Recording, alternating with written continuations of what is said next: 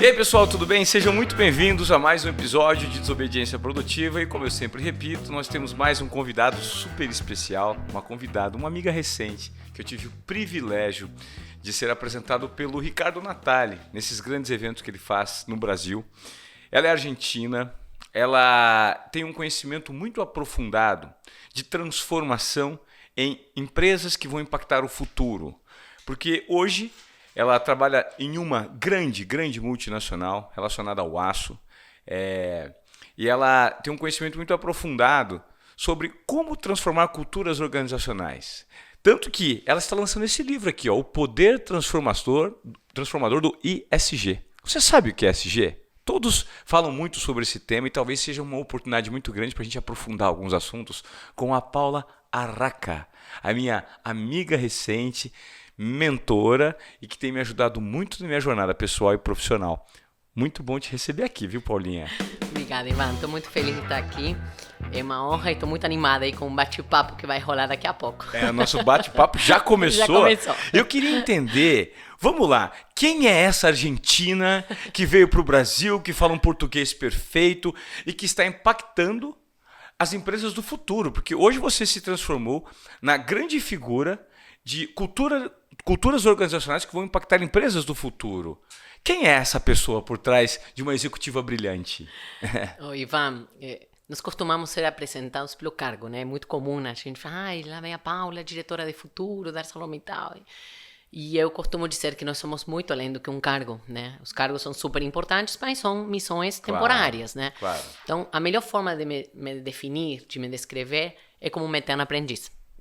Assim que eu me vejo, assim que eu me posiciono diante da vida, e esse é o espírito que tento cultivar, nutrir dentro de mim, né? De manter esse learning mode ligado sempre.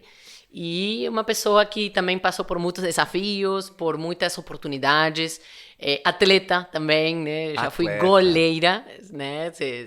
Contei essa história lá no livro, enfim. Mãe, super mãe também, uma mãe presente, ativa e que aprendo muito. Agora, talvez minhas filhas vão te falar que meu português não é nada de perfeito. Seu português é muito bom. Você tem um pouquinho de sotaque, mas a sua pronúncia é muito boa. Há quanto tempo você está no Brasil, Paulinha? Ué, faz 11 anos. 11? Exatamente agora. Mas eu já passei pelo Espírito Santo, pelo interior de São Paulo, por Minas Gerais. Então tem um pouquinho de porta. Uai! Ô, Paulinha, você é diretora de negócios futuros da ArcelorMittal. Estou, né? Você está diretora. E a ArcelorMittal, explica pra gente o tamanho dessa empresa, não só no Brasil, mas no mundo. Só pra gente entender o que você está exercendo hoje, qual é a transformação que você gera no seu segmento, pra gente começar a desdobrar quais são os seus pontos de vista relacionados a essa transformação que o mundo deve passar a perceber. Perfeito. Bom, só começar pela ArcelorMittal, né, Ivan? É a maior empresa de aço a nível mundial. Aliás, agora já ficou segunda, tem duas chinesas que se uniram. Segunda, mas é a empresa líder em soluções de aço. E é uma empresa que aqui no Brasil já tem mais de 100 anos de vida. Foi nosso centenário, na nossa origem em Sabará, em Minas Gerais, em dezembro agora de 2021, do ano passado. Então, é uma empresa que está presente na vida dos brasileiros, das brasileiras há um século. É indiana?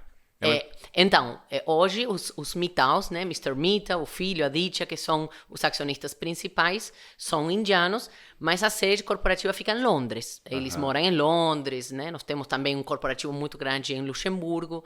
A empresa aqui no Brasil é fechada em bolsa, mas é aberta lá em Amsterdã, em Paris, em Londres, né, lá fora. É uma gigante, né? É gigante. Só para você ter uma ideia, um time aí de 170 mil pessoas no mundo inteiro. 10% é a região da América Latina, que é onde eu trabalho. Onde você trabalha. Tá. E qual que é o impacto que você acredita que a sua função exercida nesse exato momento, ela gera na transformação, por exemplo, na indústria do aço?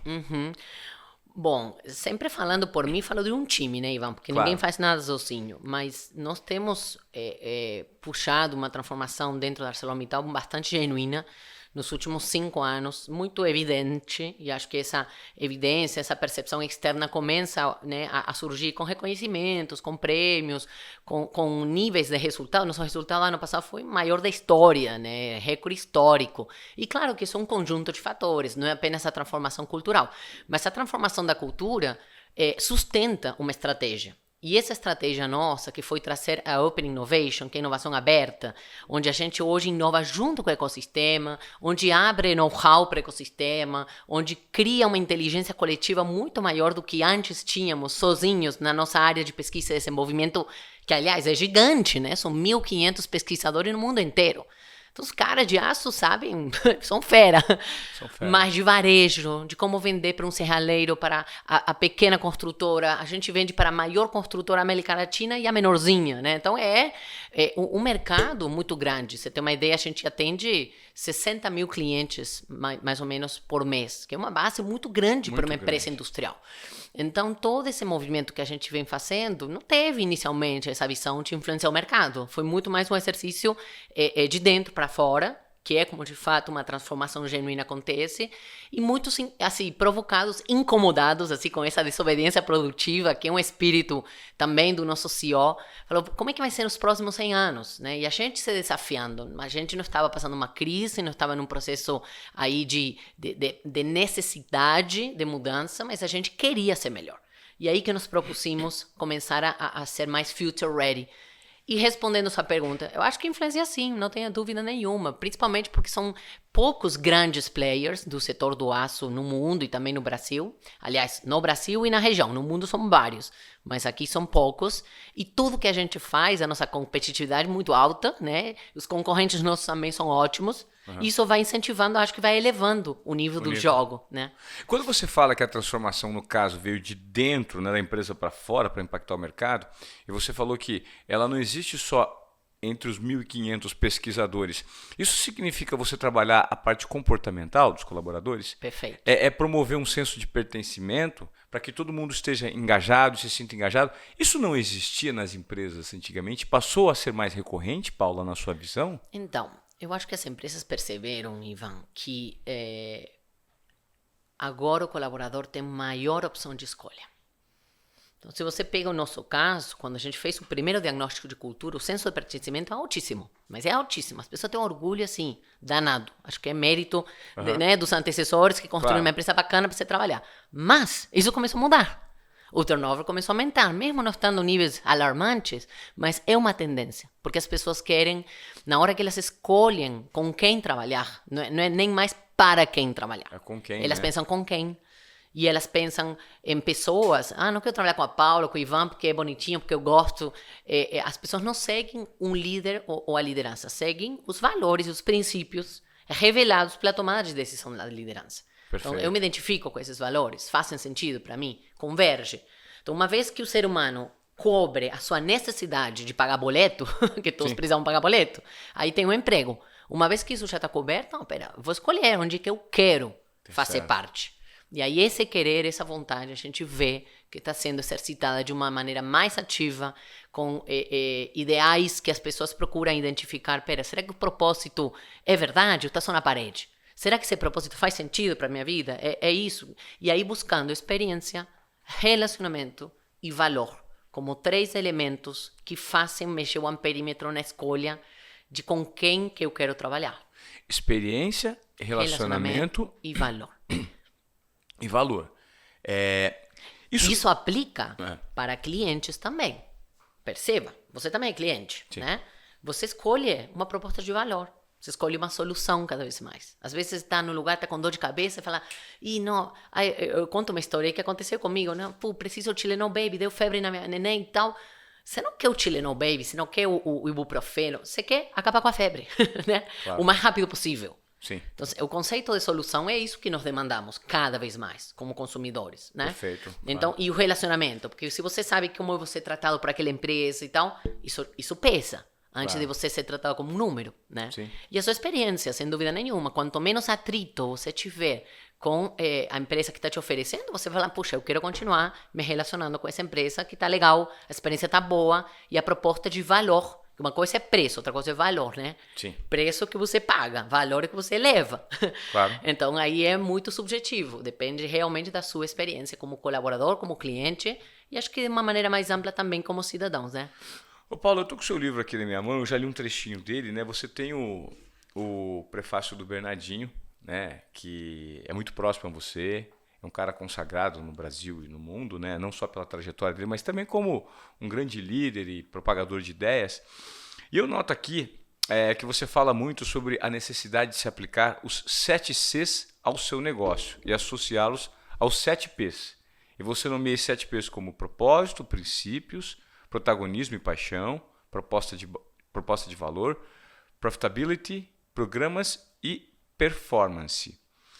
O que seriam os 7 Cs do seu negócio, para a gente explicar para o nosso aqui, ouvinte do Desobediência Produtiva, e de que forma a gente pode talvez explicar, dar alguns insights para que as pessoas entendam essa transformação em curso no momento? Boa. Eu já te trago os 7 Cs. Eu acho que antes é interessante entender, eu gosto da pergunta do porquê, né, Ivan? Então você vai ver que lá no livro, a primeira parte, eu trago um capítulo onde eu explico as transformações que estão acontecendo. O que você perguntou, né? Por que as pessoas se engajam ou não se engajam? A gente precisa debater mais, dialogar mais sobre os porquês. E entender os motivos subjacentes, que às vezes não estão tão explícitos, tão claros, mas que estão aí, né? Aí tem sinais, tem elementos, e a gente tem que aprender cada vez mais a conectar esses pontos. Então, uma das coisas que eu fui percebendo e fui ampliando um conceito de people centricity é que nesse momento em que as pessoas estão empoderadas, o elemento de construção de uma empresa que não seja apenas, quero ser a melhor do mundo, mas que seja melhor para o mundo, passa por esse eixo de construção dos 7 Cs, que começa do mais macro e vai, né? Do maior para o menor, isso, né? Exatamente. Porque tem que ter algo amplo, tem que ter algo holístico para depois ganhar profundidade. E isso amplo é a causa, ou as causas que a organização defende, o impacto que ela quer causar. E aí, se você enxerga qualquer organização, independente da indústria ou do tamanho, sempre está atuando algumas causas. Por exemplo, você está atuando na melhoria da educação, você está atuando na melhoria da equidade de gênero, você está atuando na produtividade da indústria. Ou seja, você não pode única e exclusivamente pensar no negócio para dar lucro para os acionistas, mas sim numa causa. Exatamente, porque Milton Friedman falou isso quando foi prêmio Nobel, já tem mais de 40 anos, 50 anos. Claro. Então, evidentemente, é lucro, mas não é suficiente. Tá. Obviamente que tem que retornar o capital, não Perfeito. tem dúvida nenhuma, Perfeito. mas tem que enriquecer e entender que o papel de uma organização é muito além disso. Quer gerar um valor mínimo para a sociedade. Exatamente. Então, além de gerar emprego, gerar lucro, isso é ótimo, mas isso já tá na conta, isso já aprendemos. Tá bom. Agora, as causas, e tem gente que fica adivinhando, qual vai ser minha causa? É só olharmos, Ivan, para os 17 ODS, que são os Objetivos de Desenvolvimento Sustentável. O que é isso? São as grandes dores da humanidade, que na construção do que se chamou de Agenda 2030, o que é a Agenda 2030? É a agenda da humanidade para essa década. Quais são as grandes dores, grandes desafios que todos temos, e todos jogamos no time humanidade, né? Claro. Você torce para o Brasil, eu torço para a gente, Claro. mas todos torcemos pela sustentabilidade humana. Total. Né? Então, identificar alguns deles, então, por exemplo, saneamento é um deles. A gente sabe que de 10 brasileiros, 5 não têm acesso à água potável, né? Não tem esgoto, por pegar exemplos. Tá bom. Então, não precisa inventar causa. Vai lá e pega, puxa, o que eu estou fazendo, conversa com qual? E aí, certamente, vai identificar algum. Ótimo. Onde nós vamos encontrar isso? Para o empreendedor que está aqui acompanhando a Desobediência Produtiva, pode ser que ele fala, poxa, eu preciso de uma causa, tem que vincular meu negócio a uma transformação que faça bem para a humanidade. Exato. Onde ele acha essa lista? Vai nos ODS, procura na rede Pacto Global da ONU, tá lá, bota ODS, Objetivos de Desenvolvimento Sustentável. O Google explica. O Google vai te ajudar. Tá lá no livro, Tá né? certo. No livro já Aqui no também livro tem a também tem, referência, né? Você pode procurar, mas enfim. Tá bom. Então começa pela causa. Vou te trazer as 7 e depois a gente pode aprofundar em cada uma delas. Então, para a causa, qual que é a P? É o propósito. Você se apropria dessa causa. A causa é da humanidade, não é sua. Mas você se apropria com seu propósito organizacional. Legal. Seguimos pelos colaboradores, né? E os colaboradores, aí entra eu coloco uma fórmula de multiplicação. Se não me engano, está para aí pela página 30 e pouco, por aí, depois você olha. Mas um F de Giz, né? E a gente aprendeu matemática na escola. É pessoas vezes liderança vezes cultura. E aí, Ivan, por que é isso? Porque quando a gente engloba nos colaboradores esse entendimento de que liderança e cultura são tão importantes, né, quanto as próprias pessoas, a gente entende que, de fato, as pessoas são o centro da transformação. Então, os colaboradores o que nós vamos olhar do ponto de vista interno? Né? Porque os colaboradores trazem para dentro da organização a proposta de valor. E tem empresa que fala, não, mas o principal é o nosso cliente. Eu diria, não. O cliente só vai ser atendido pelo colaborador se o colaborador experimenta antes aquilo que você quer que ele venda. Eu adorei essa proposta. Todo mundo fala que o cliente está no centro de tudo, mas se você não tiver bons colaboradores, o cliente não vai ser bem atendido. Exato. Então, nenhum colaborador gosta de ir lá e oferecer, por exemplo, uma coisa que acontece, nós tínhamos melhores brindes para o cliente do que para o colaborador. Por quê?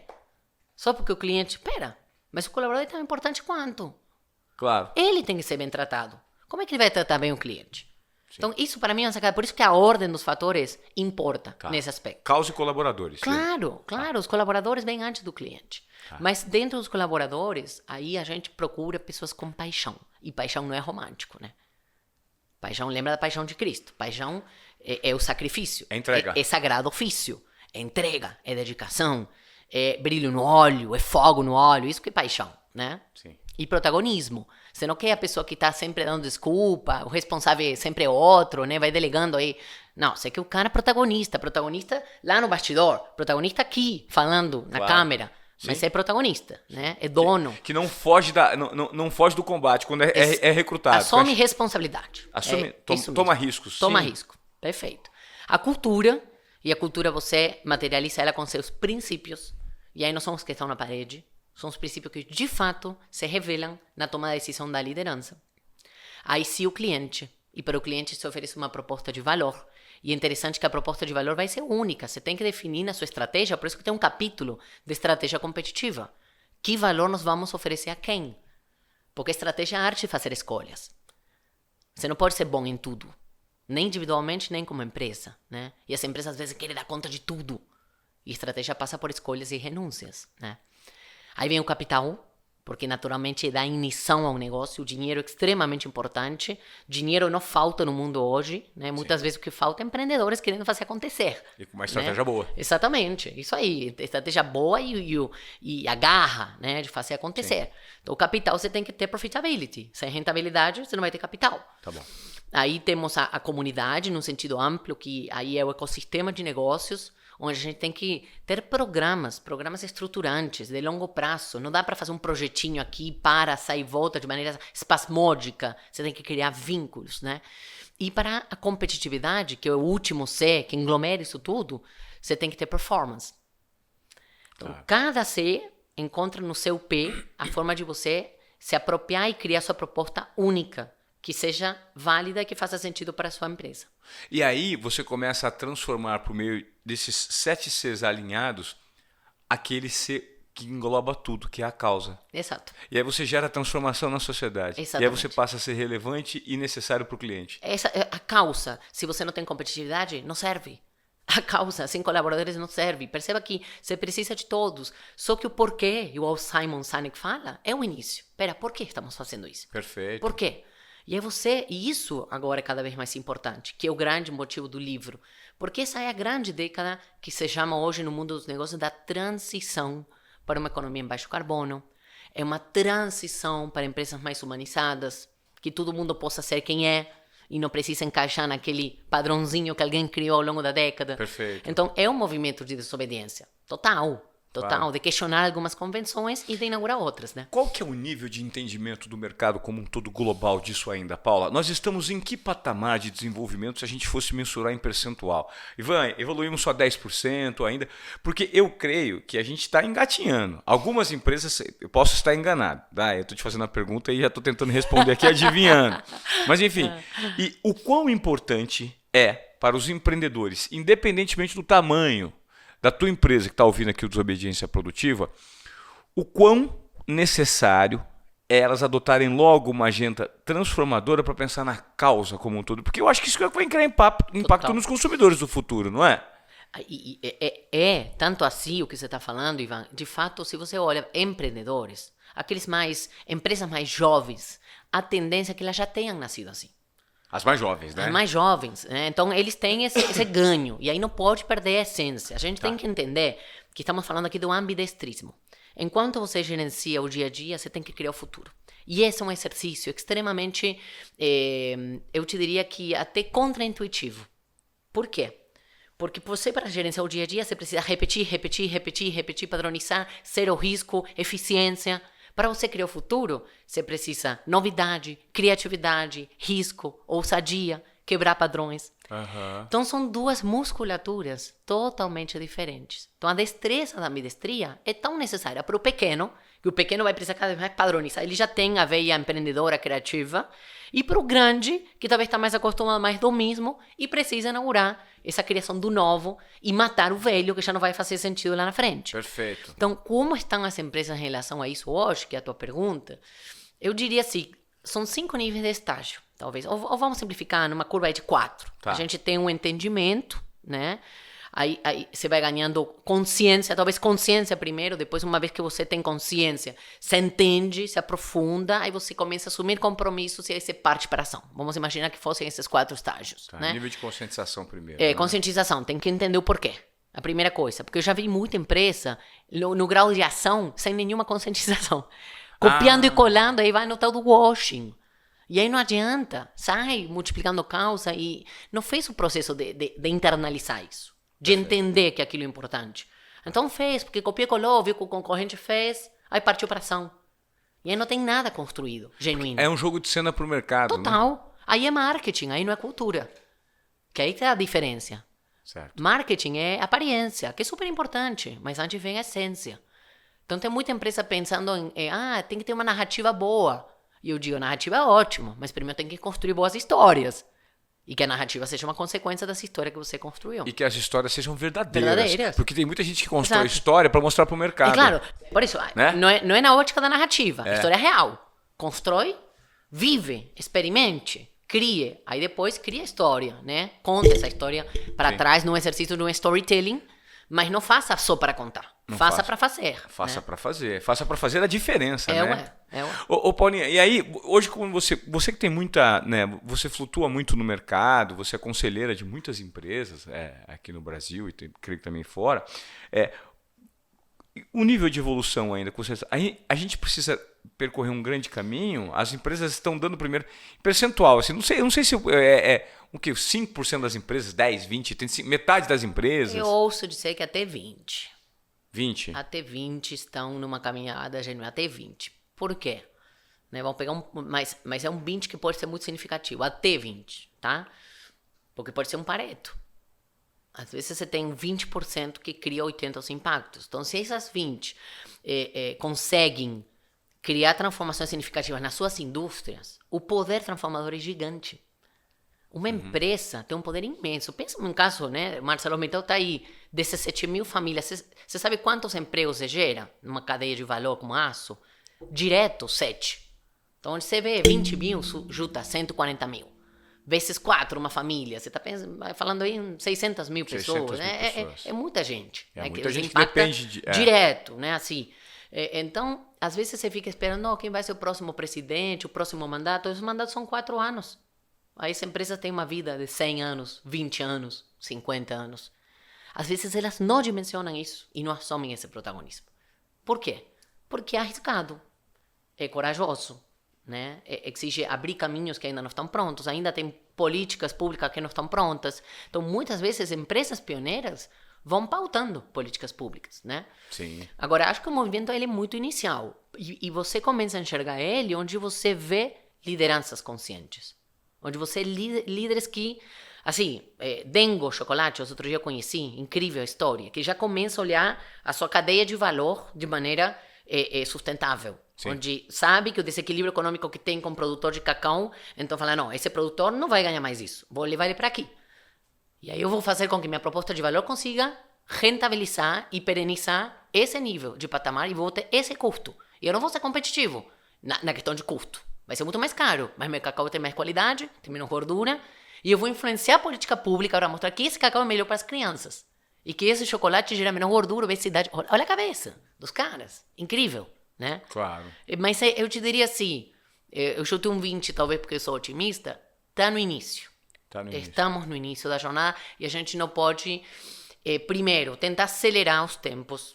Também não adianta, acho que mudança é um processo que todo mundo tem que vir junto. Não adianta impor. Não adianta Tem ativistas que são super importantes, mas que vão e batem e brigam. Eu tento trazer todo mundo junto. A gente precisa trazer as pessoas que vinham operando num paradigma de negócios antigos. Né? Claro. E gerar essa conscientização da necessidade da transformação.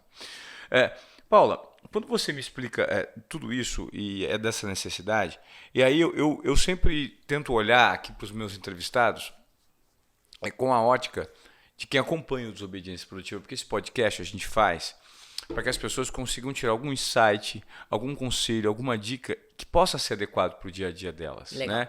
Então, o empreendedor que está ouvindo aqui, e ele fala, poxa, sei lá, eu tenho uma sapataria, não sei. Né?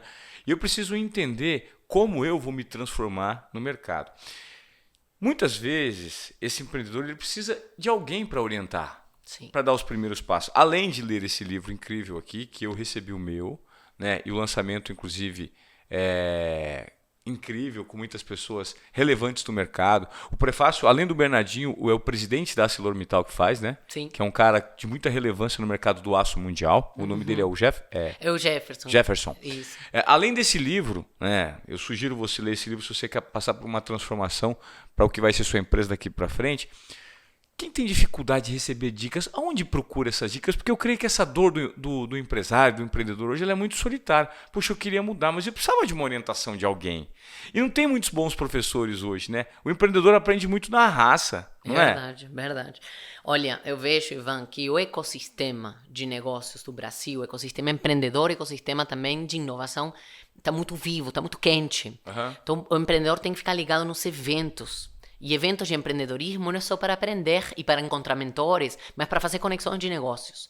Então tem eventos incríveis, assim, não quero nem citar aqui que eu vou ficar em falta com algum deles, né? Mas são todos maravilhosos, muitos deles às vezes até de graça, a grande maioria não são pagos. E acho que tem grandes empreendedores, você falou dos sapatos, por exemplo. Outro dia eu estava lá com o Birman, numa palestra dele, né? Que o cara criou aquele império que é Arezzo. Então, eu me ligaria, né? Se eu fosse um sapateiro, num grande empresário de sapato que começou pequeno também e seguiria isso também, né? Seguia a pessoa. Os aprendizados, os tombos, os aprendizados dela. Às vezes você tá numa live no Instagram, vê como o cara pensa. Porque quando você vê o mundo dos negócios, tem um ABC que é para todo mundo igual. Né? Tem um back to bases, né, Ivan, que pereniza o negócio, não precisa inventar a roda, que você precisa ter um caixa bom, que você precisa ter custos otimizados, que você precisa diferenciar sua proposta de valor. Então tem elementos de construção de um negócio que são basicamente replicáveis, né? Que não tem barreira de entrada.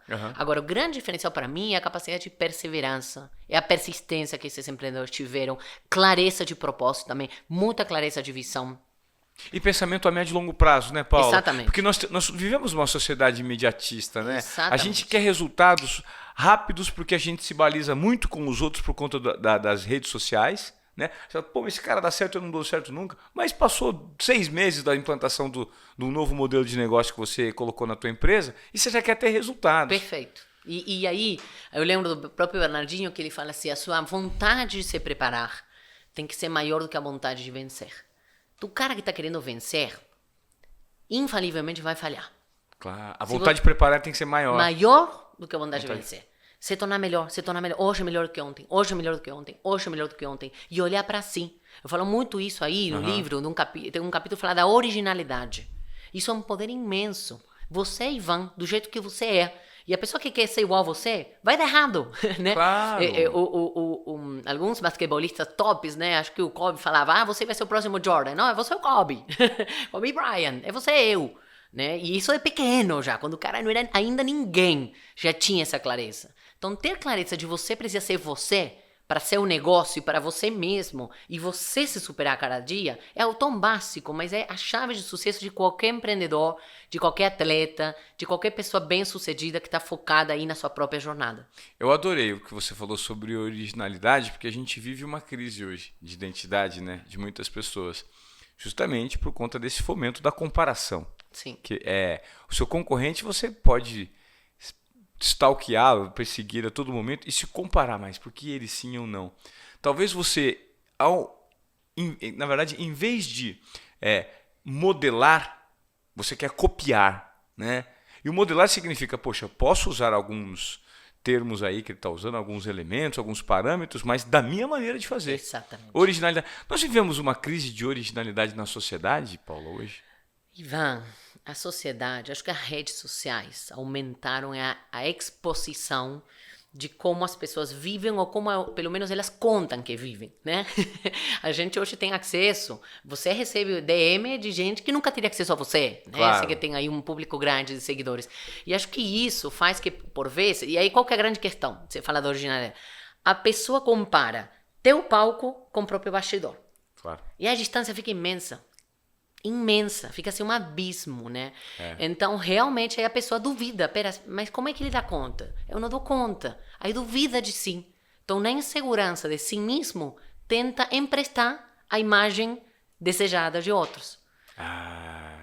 Isso que eu percebo. Então, E aí você começa a fazer um jogo de cena. Total. Aí copia um pouquinho de outro, copia. Mas pera, e quem que eu sou?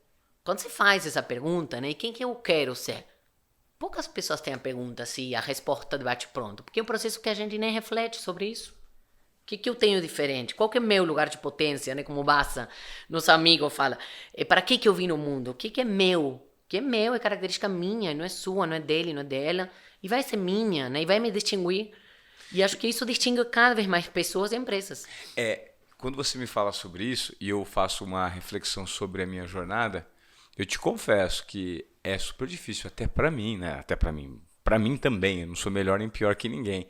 Mas é um processo que eu estou vivendo e que demora pra gente descobrir, né, Paula, às vezes. Demais. Não é simples, não é do Demais. dia pra noite. Quem sou eu no mundo? Qual que é a transformação que eu gero da maneira mais autêntica, sendo fiel aos meus valores, aos meus Super. princípios, né? Super. Como é difícil. Muita gente que está aí, por conta da necessidade de apresentar resultados, nós nos esquecemos de olhar para dentro da gente e saber de onde vem o resultado genuíno, Isso aí. né? Olha que paradoxo, que na obsessão de um reconhecimento, você perde o conhecimento, o autoconhecimento.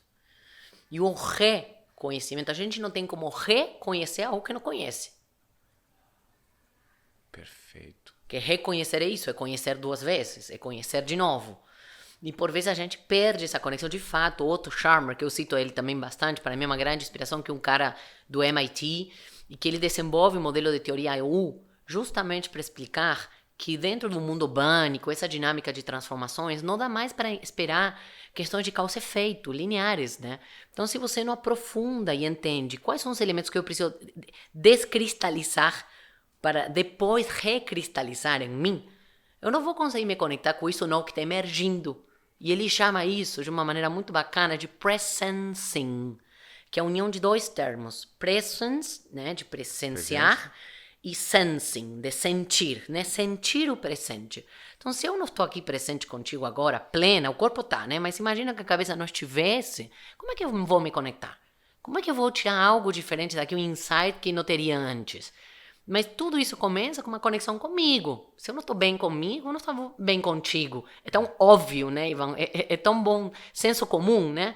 Mas é comum, é pouco comum de ver, porque estamos tão conectados aqui, na tela aqui. Então, essa hiperconectividade, que eu falo também bastante, a hiperconectividade nos desconecta.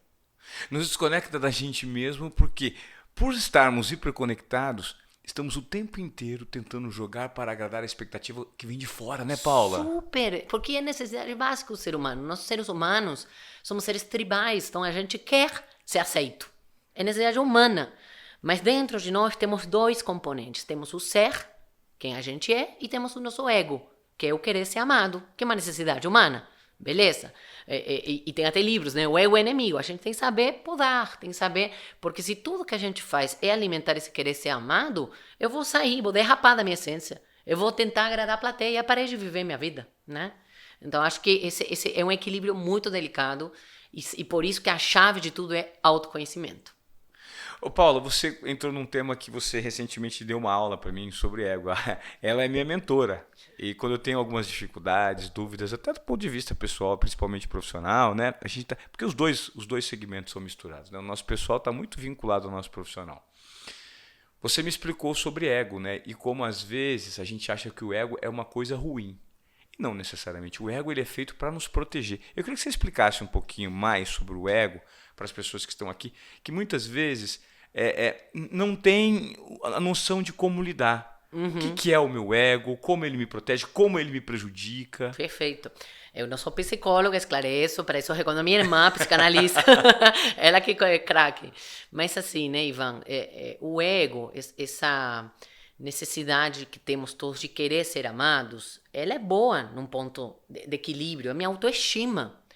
O ponto é quando o ego começa a ser além da conta, além de um ponto de equilíbrio, ou até por baixo. Eu diria que os dois desequilíbrios são ruins. A pessoa que tem autoestima baixa é muito ruim. Porque por ser inseguro, por estar carente de um reconhecimento, de um amor que talvez não se cultivou dentro de si, vai buscar isso, né, nas outras pessoas. Então você percebe a pessoa que é mais, né, demandante, mais carente, que tem isso, né, tem como esse vazio. Por outro lado, é a mesma coisa a pessoa que tem um excesso de ego, uma vaidade, que também é uma carência.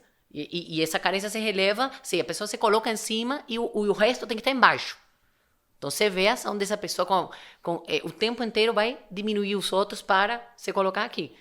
Então, a grande questão do ego é saber administrar. Eu vejo o ego me protegendo quando eu penso, não, pera, isso aqui não é legal o que está sendo feito comigo. Porque se você também não tem autoestima, você é um bobo. Né? Boba na vida. Eu sou uma pessoa muito generosa. Aí eu aprendi algo que eu vou dar essa técnica para os empreendedores. Eu acho isso maravilhoso. Olha só. Vamos falar da virtude, generosidade. Eu me considero uma pessoa muito generosa. Sim. Beleza. Agora vamos colocá-la no extremo. Se você dá muito, muito, muito. Você é um bondoso demais, talvez. Dá conta, claro. Né? E se você faz o contrário dessa pessoa, que dá tudo de bom para o outro, que dá tudo de bom, seria uma pessoa muito mesquina, que não dá nada, né? E o contrário de mesquino, de novo, você volta na generosidade. Entre generosidade e mesquindade, entre esses dois polos opostos, você vai sempre encontrar o desafio de fato, você ser uma pessoa que não vai passar do ponto de generosa, ser bobo, ou ser um mesquino. Então, é muito interessante ver que uma virtude sua sempre vai ser um defeito no excesso, no defeito dela. Entendi, bem interessante. Sempre vai ser algo. Então, assim, vai lá, não, a pessoa tá, não, generosa demais. Eu já escutei isso. Generosa demais. Não, demais não, pera. Então não tá legal. Então passou do ponto. Claro. Eu já escutei pessoas, não, mas eu dou tudo pela empresa. Eu falo, se você dá tudo, você fica com o quê? Você não pode dar tudo. Por que você tá dando tudo? Claro, entende? Claro. Então, acho que às vezes a gente não sabe nem expressar nossa emoção, nem definir nossas qualidades. A gente não sabe dosar isso muito bem. E quando você encontra algo que você é muito daquilo, certamente aquilo que é muito bom é aquilo que também te pega. É aquilo que me pega. Perfeito, perfeito. Muitas vezes a sua virtude acaba sendo o seu defeito, né? Demais. Acaba sendo o seu defeito. Como é que está a sua rotina hoje, Paula, na ArcelorMittal? Por exemplo, imagine, você tem uma responsabilidade, deve ter uma agenda muito autoral, assim, né? Muito específica, né? Mas o quanto você entrega hoje o seu conhecimento, né, para outras empresas? Como é que funciona isso? Até quando a ArcelorMittal te libera para isso? Porque você hoje não deixa de gerar um impacto só no seu segmento, né? Hoje já perceberam você como uma grande pensadora de transformação? E como tem sido essa agenda? Então, é grande desafio, né, Ivan? Administrar tempo, são aquelas 24 horas por dia que todos temos. Claro. Hoje, meu foco principal é ArcelorMittal. Então, eu consigo conciliar outras demandas dentro das minhas janelas de possibilidade, fora do horário de trabalho, né, um horário de almoço, ou conciliando, né, alguma possibilidade aí, às vezes, já tenho feito, né, uma viagem aqui para São Paulo e aí consigo, né, atender alguma necessidade extra. Dentro da ArcelorMittal, eu tenho 3 grandes responsabilidades. Uma dentro da diretoria que eu cuido, e aí nessa diretoria são 8 lideranças que trabalham comigo. Então, né, são temas chaves para o negócio, mas que tem um grau de, digamos assim, por exemplo, tem um diretor que trabalha comigo, um gerente geral que trabalha comigo, uma gerente que trabalha comigo. Então, eu venho exercitando um exercício de desenvolver líderes, não desenvolver pessoas que estão demandando de mim o tempo inteiro uma aprovação. Perfeito. Então, desenvolver líderes é o grande desafio nosso, porque eu sei que eventualmente eu vou sair dessa cadeira em algum momento, né? Seja para ir para outra cadeira, enfim, a gente não está forever, né, num cargo. Então, a primeira coisa que eu penso quando eu chego, eu falo assim, quem vai ser meu sucessor aqui? Quem vai ser minha sucessora? E eu começo a investir em pessoas que vão, em pessoas não, assim, no processo que se tornem quem eu sou, onde eu estou. Claro. Se eu estou, né, diretora no C-Level, quem é a próxima pessoa que eu levo no C-Level? Assim que eu fiz na diretoria de pessoas também, né? Quando surgiu essa oportunidade de uma diretoria futuro, já tinha uma pessoa que eu vinha preparando há quase 10 anos, né? Claro. Então, acho que isso é, talvez, o principal elemento de sustentação de um negócio é desenvolver líderes e também da própria carreira. Se você não desenvolve sucessores, você não pode crescer, né, numa empresa. Então, é tão básico quanto isso. Acho que uma segunda questão que facilitou, né, esse compartilhamento para o mundo de fora é porque eu comecei, dentro da Arcelor, também a gente ativamente participa do ecossistema, de instituições, de federação da indústria e do próprio ecossistema de inovação. Então, eu represento a empresa como porta-voz em vários fóruns. E essa representatividade foi demandando essas agendas. E foi algo realmente pioneiro, porque não tinha essa condição na empresa antes. De atuar num conselho fora da ArcelorMittal ser remunerado. Então, falei isso, né, com o meu compliance, né, officer, falei com o meu CEO. Era muito raro, né? Não, mas vão ser 3 reuniões por ano. Beleza, não compromete a agenda, até porque nosso cargo não é um cargo por horário, um cargo de confiança. Claro. Então, eu trabalho sábado, domingo, às vezes um feriado, às vezes, né? A gente concilia isso muito bem. E eu tenho que ser exemplo disso também. Mostrar para as pessoas que as pessoas estão na empresa, mas têm outra vida também. Elas têm outros anseios, outros empreendimentos, e conseguem conciliar isso. Então, qual que é o meu limite? Sempre os valores e a minha ética, né? Não fazer nada que fera os interesses da empresa.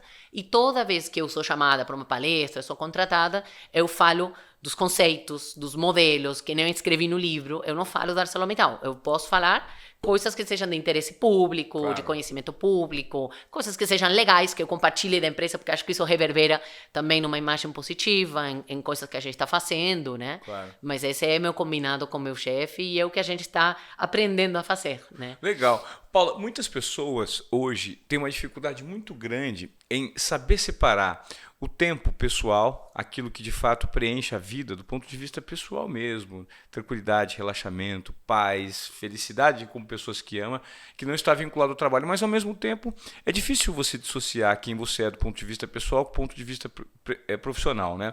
O que você pensa a respeito disso? Porque muita gente hoje às vezes acaba deixando invadir o lado do outro, né? Eu imagino que as pessoas te perguntem muito sobre isso. Super. E o seu caso, especificamente, você deve ter uma separação ali, uma linha muito tênue que você faz com que o impacto profissional que você gera nas empresas não deixe de impactar negativamente também a sua família, os seus filhos. Super. Como separar isso, né? Oh, Ivan, essa é uma grande questão. Inclusive, outro dia, quando eu postei do livro, uma pessoa falou assim, uai, o próximo livro tem que ser gestão de tempo. Gestão de Brincou, né? Tipo, como é que você escreveu um livro? E olha, eu acho que além de gestão de tempo, também a gente tem que olhar gestão da energia. Porque não é necessariamente o tempo que a gente passa no trabalho. É o tempo que o trabalho passa na gente. Ai, que incrível essa frase, hein? Acho que a pandemia deixou isso muito claro. Porque a pandemia, de repente, de um dia para o outro, nós voltamos 2.000 empregados em casa, assim, 2.000 colaboradores de um dia para o outro. As empresas do mundo inteiro fizeram isso. E parece que o trabalho invadiu os lares, né? A gente tem que montar fizemos uma montagem cênica em um teatro em casa. Todo mundo, né, tirou uma biblioteca onde não tinha uma cadeira, né? Rolou um home office, que não era a realidade de todos os lares, claro, né? E aí, dando conta disso, de alfabetizando filhos, eu tive que alfabetizar minha filha. Então, a pandemia foi, surreal, inédito, inesperado, mas acho que trouxe muito essa mistura dos mundos que você bem fala, né? Acho que esses limites se quebraram muito na pandemia, e acho que agora estamos reaprendendo a restabelecê-los. Porque apesar de que eu considero que somos seres humanos integrais, não dá para separar realmente profissional e pessoal. É muito difícil eu ser uma pessoa diferente no trabalho, não levar meus valores, minhas emoções. A gente leva, mas naturalmente, igual você falou antes, a gente molda, se adapta naquele ambiente. Não posso ser totalmente com todas minhas coisas. Eu tenho que focar nas minhas tarefas, missões e responsabilidades, lógico. Mas esses boundaries, né, esses limites se desdesenharam totalmente na pandemia. E acho que agora esse equilíbrio que é totalmente individual, mas para mim tem uma máxima que vale para todo mundo. Começa comigo, continua conosco. Legal.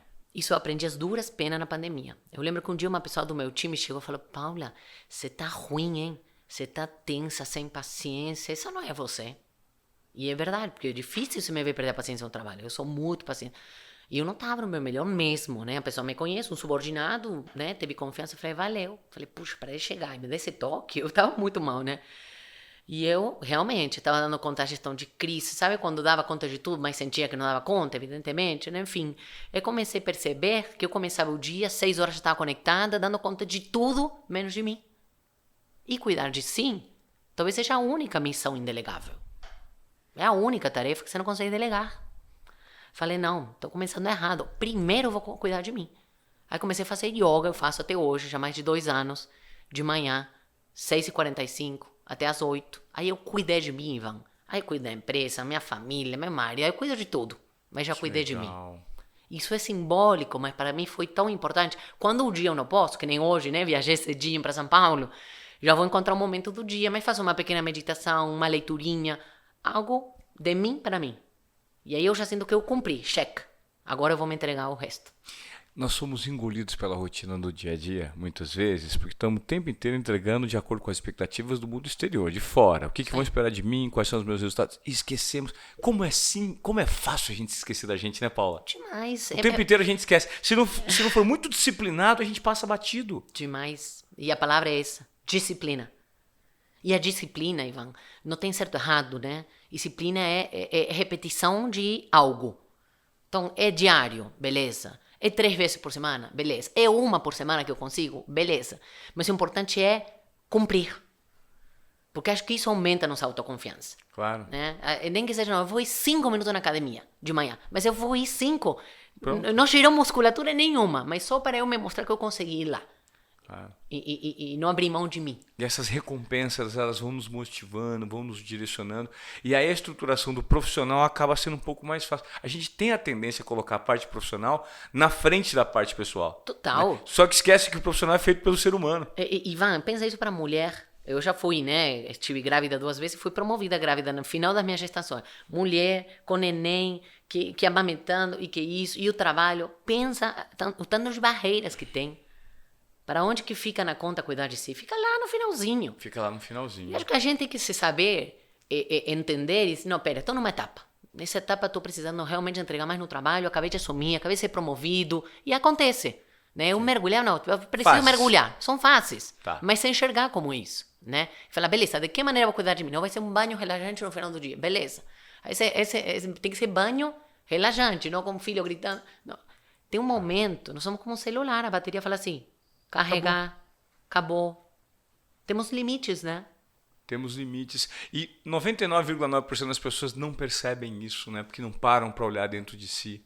É verdade. Acho que às vezes isso também fala de uma certa arrogância nossa, né? De achar que a gente dá conta de tudo. Que a gente é super-herói. Vai ser super... Eu não acho que eu seja super super executiva. Eu faço o meu melhor.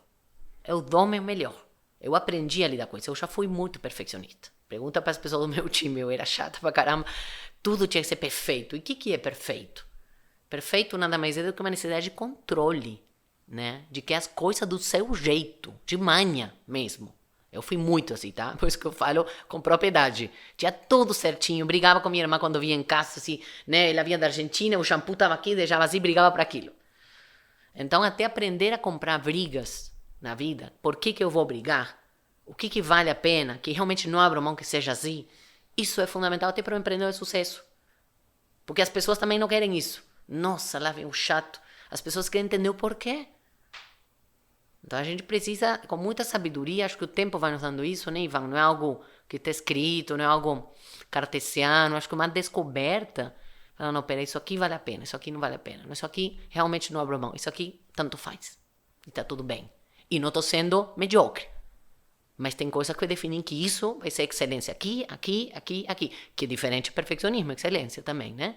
Essa busca do dar o melhor, do fazer o melhor, da superação. Mas não do perfeito. Perfeito o quê? Né? Ô Paulo, como é gostoso ouvir você falar, porque você, quando a gente vai aprofundando, né? Quanto mais aprofunda, mais insumo você vai soltando. Eu queria que você me explicasse, agora eu vou entrar num outro tema que eu acho que tem muito a ver com o que você está explicando pra gente, que é a culpa, né? Como é que a gente lida com a culpa? E por que a gente povoa a nossa cabeça muitas vezes com essa culpa, com essa necessidade de cumprir, de fazer, de estar.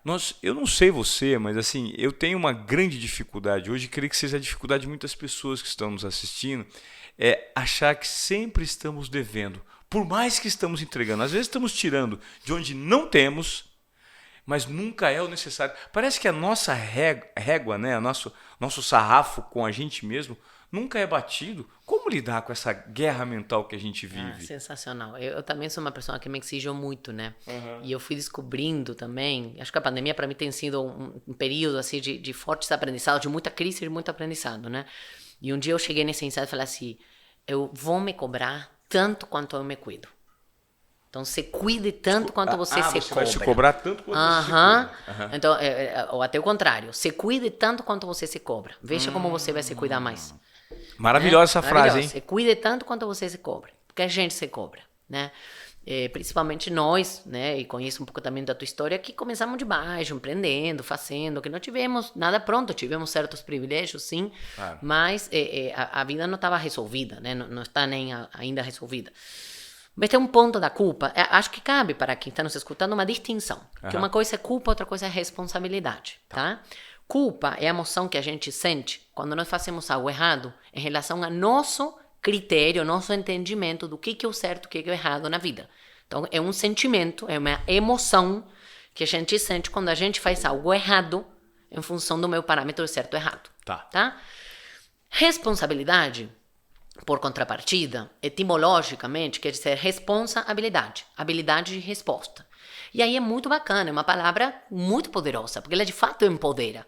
Porque você fala muito isso também quando eu te acompanho, não é o que nos acontece, o que a gente faz com o que nos acontece. Isso é assumir responsabilidade diante das circunstâncias. Ok, tem esse contexto, que texto que eu vou escrever nesse contexto? Então eu assumo minha habilidade de resposta ao ambiente. Beleza, vou voltar à culpa. A culpa, e você falou da questão da sensação de dívida, é muito interessante. Meus pais passaram a vida inteira com dívida. Eu vivi os dois, até brigando, até divórcio, por uma série de questões, mas a dívida estava muito presente. E uma coisa que eu cresci, falei assim, dinheiro não vai ser o problema para mim. Eu não vou ter uma dívida, porque eu vivi isso em casa. Falei, eu quero quebrar esse padrão de comportamento. Isso traz muito sofrimento. E era econômica. Mas imagina a culpa que eles sentiam, né? Por não dar conta, sempre com dívida, enfim. E aí, eu lembro numa sessão de terapia que eu estava falando com o meu terapeuta assim, eu deveria. Falei assim, você deveria por quê? Você quer ter mais dívidas? Perceba quantas vezes você fala, não, eu deveria ter feito. E isso, Ivan, vai criando uma nota fiscal na cabeça, parece que a gente vai se endividando. Eu deveria por quê? Quem falou que eu deveria? A não ser que seja algo contratual, que você deve, de fato, né? Sim. Fora isso, e ainda a gente, olha o que a gente faz, coloca o deveria como passado. E o passado não tem como voltar. Fala, não, eu deveria ter falado isso. Você sai de uma palestra e fala, não, eu deveria... Não, você pode até pensar, puxa, eu poderia, né? Então da próxima, vou. Aí você reconfigura. Aí você reconfigura falando, mas o que eu posso fazer diferente? Agora, se é culpa porque eu fiz algo errado, imagina, eu fiz um combinado com você e descumpri, não consegui honrar meu compromisso. Qual que é a forma de aliviar a culpa? A desculpa. Eu venho, eu te peço, eu falo, Ivan, desculpa. Eu não fiz o que a gente combinou, não consegui te entregar, posso te entregar na segunda? Beleza, a gente faz um recompromisso. E eu vou tentar honrar o recompromisso, já que o compromisso eu não consegui. Olha que simples, olha que poderoso. Você tá vendo? Eu falei para vocês que o papo seria interessante. A Paula, além de uma grande executiva, ela é uma pensadora que provoca questões muito íntimas, muito simples que todos carregamos dentro de si e às vezes não olhamos para isso. Por isso que ela é minha mentora e ela tá dando essa entrevista no Desobediência Produtiva. Ô, Paulinha, Bom, vamos pra gente terminar esse bate-papo aqui, que eu gostaria de terminar, ficar um dia conversando com você, e eu graças a Deus, nos bastidores, eu tenho esse privilégio, né? Tenho o seu contato. Explica pra gente, pra quem ainda não entende, como o ESG tem que estar presente independentemente do tamanho da empresa que ele opera. Então, se você é um sapateiro, se você é o dono de uma loja de espetinho, de uma vendinha de espetinho, ou se você é o líder de uma grande multinacional e vai ser promovido, qual que é a necessidade hoje do ESG para os negócios futuros, principalmente na cultura organizacional? Muito bom. ESG, para quem não sabe, E é do ambiental, S do social, G é de governança. E no próprio livro, né, Ivan, eu falo, na verdade, do ESG, com o econômico junto. Porque eu não consigo dividir, né, conceber negócios que vão ter uma pauta de sustentabilidade se o econômico não vem junto. Claro. É totalmente indissociável. Essa pauta, que não é nova, né, a gente fala em sustentabilidade há muitos anos, décadas já, mas ela ganhou força e amplitude nas organizações, mas ela basicamente provoca uma transformação de conceito, que é o seguinte: até então a gente falava em responsabilidade social, vou fazer um projeto, vou contribuir algo a mais, era tudo acessório. Hoje não mais. A gente não fala, pensando em negócios future ready, em negócios que tenham uma área de sustentabilidade, um relatório de sustentabilidade. A gente vê negócios sustentáveis, que tragam a sustentabilidade como uma qualidade inerente, uma lente que você enxerga seus negócios das diferentes perspectivas e fala, não, ambientalmente isso é sustentável, socialmente sustentável, economicamente e do ponto de vista da transparência da governança. Tem outra distinção que para mim é importante, que o ESG é uma convergência de agendas. Não são pautas isoladas. Tá bom. E ela é muito ampla. Lá no livro mostra um pouco da abrangência, mas ela é muito ampla. Então você não pode abraçar o mundo, já falamos antes, né, da estratégia. Claro. Mas pelo menos veja a conexão dos pontos. É importante perceber esse bigger picture, né, essa foto maior, e aí se identificar, beleza, desse universo todo, eu vou escolher atuar aqui, aqui, aqui, porque faz mais sentido para meu negócio, é o que eu consigo hoje, e daqui que eu vou sair do zero, vou começar por aqui. Ou de fato você vai olhar e falar, puxa, eu já estou fazendo isso. Que legal. Então eu já estou com algo de ESG, e isso é muito interessante. A grande maioria já tem algo acontecendo que às vezes nem sabe. E eu faço esse convite no livro para essa reflexão também. E acho que o terceiro ponto, Ivan, é essa virada de falar assim, nós queremos ser a melhor empresa do mundo, aí você quer matar o concorrente, né? Aqui estamos falando igual o futebol, não é num fair play. Então, a competitividade consciente, ela respeita o concorrente. Ela sabe que o concorrente bom te faz ser melhor. Você joga tênis, né? Você sabe. Claro. Você joga com alguém mais fraquinho, tua performance cai. Joga com alguém melhor, você pode perder o jogo, mas você vai para um nível mais... Você quer que o concorrente vai bem, você quer que o ecossistema de negócio vai bem. Todo mundo, é óbvio que você não vai trabalhar para o concorrente, você vai trabalhar para você. Mas você vai querer que todo mundo ganhe. Isso te faz uma empresa melhor para o mundo. Você, de fato, olhar isso tudo. E entender que tem códigos, tem valores na história, né? Tem uma ética. Então, quando a gente percebe, né, Ivan, por exemplo, pessoas chegando numa empresa e falam, pô, que máximo aqui tem respeito. Não, gente, respeito não é o máximo, é o mínimo, né? É o mínimo. Então, eu entendo que todo esse movimento de ESG ou ESG, as duas E juntas, que para simplificar vamos chamar de ESG, passa também por um back to basics, por restabelecer alguns princípios básicos, respeito, empatia, integridade, transparência, que a gente talvez perdeu por esse afã de tanto lucro, que foi nesse consumismo excessivo, e agora essa nova economia circular nos pede não regenerar apenas a natureza, regenerar nossas relações, regenerar a forma que a gente faz negócios, repensar, de fato, né? Nossa, que aula, hein, Paulinha? Muito obrigado pelo seu tempo e por compartilhar esses insights tão maravilhosos com a gente aqui no Desobediência Produtiva, porque o nosso público aqui, ele gosta justamente disso, dessas provocações, de pontos de vista mais aprofundados, né, que eles possam aplicar de uma maneira um pouco mais prática mesmo nos negócios.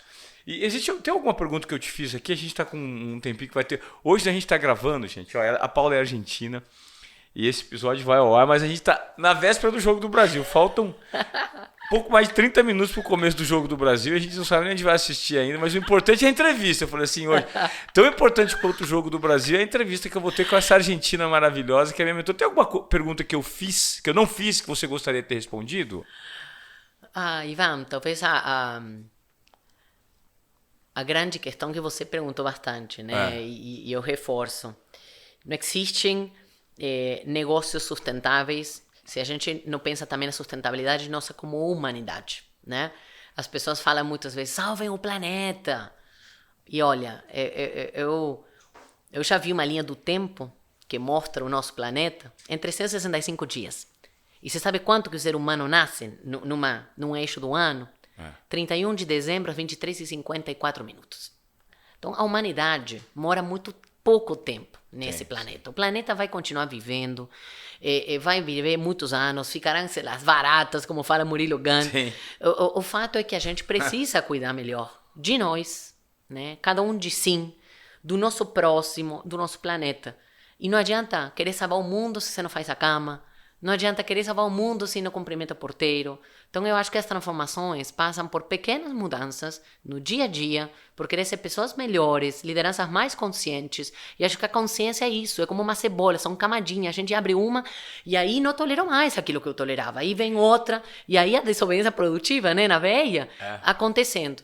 E o que você fala de intuição, né, coragem, intuição, eu falo que é humildade para aprender, generosidade para compartilhar, responsabilidade para se comprometer e coragem para inovar.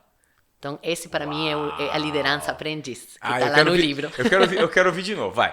Humildade para aprender. Isso, porque a gente não sabe tudo, né? Então, para pedir ajuda, para escutar ativamente, não para te escutar e querer depois te responder. Claro. Né? Escuta genuína, curiosa, querendo aprender. Tá. A generosidade de ver o bigger picture, né, Ivan? Porque sempre tem um bigger picture. Sempre tem um zoom out maior. Claro. Sempre tem uma floresta. Onde você vai, sempre vai ter outra, né? Sim. Então, dar. E não estando mesquinamente algo em troca. Tá. Né? Que a gente está esperando. Não. Dá, entrega. Sim. A responsabilidade, que já falamos dessa palavra, né? Responsabilidade para se comprometer com o quê? Com propósito, com os objetivos, com as pessoas, com recursos que são limitados. Sim. E a coragem para inovar, para aceitar que a gente tem limite. E uma vez que eu aceito, conheço meu limite, respeito ele, eu posso expandir meus limites, superá-los, né? Claro. E a gente pode, nesse processo, errar e tá tudo certo, né? Desde que isso esteja nos permitindo nos tornar melhores. E qual que é a grande sacada para mim? É distinguir, o paradigma tradicional era o seguinte, a gente via muito, ainda vemos nas empresas, gerente chega nesse período do ano, né, final do ano, já planeja 2023, chega e fala, pessoal, e aí, qual o orçamento aprovado? Tá, o que nós vamos fazer ano próximo? O que dá para fazer com esse dinheiro aí?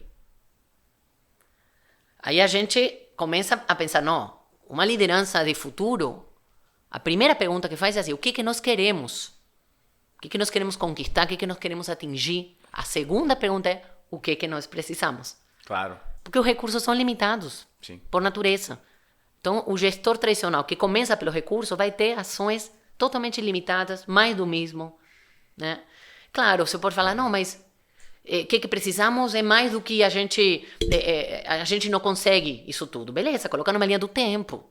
Corre atrás. Claro. Recurso não falta, investidor não falta. Legal. Gente, viram aí que aula, né? Eu gostaria de pedir encarecidamente, se vocês vieram até aqui nesse episódio, que vocês, por favor, compartilhem, para que a voz da Paula Racca aqui no Desobediência Produtiva seja amplificada, né? Foram temas super interessantes do ponto de vista pessoal, profissional, corporativo, individual que nós tratamos aqui. Eu não sei vocês, mas eu aprendi bastante hoje em mais um bate-papo que eu tive com a Paula, dessa vez gravando. Paulinho, eu gostaria de te agradecer assim, imensamente pela sua generosidade. Talvez essa seja a palavra quando eu olho para você. Você é muito generosa, né? E por conta dessa generosidade, eu creio que você tem muito... Você recebe muito em troca, né? Ser generoso acaba sendo generoso com você mesma, né? Porque você acaba recebendo energia em troca. Então, eu gostaria de te agradecer, primeiro, pelo livro que eu já ganhei. Gostaria de te agradecer pelos insights compartilhados aqui com o nosso público do Desobediência Produtiva. Tá bom, querida? Obrigada pela oportunidade. Tá bom. Até a próxima, hein?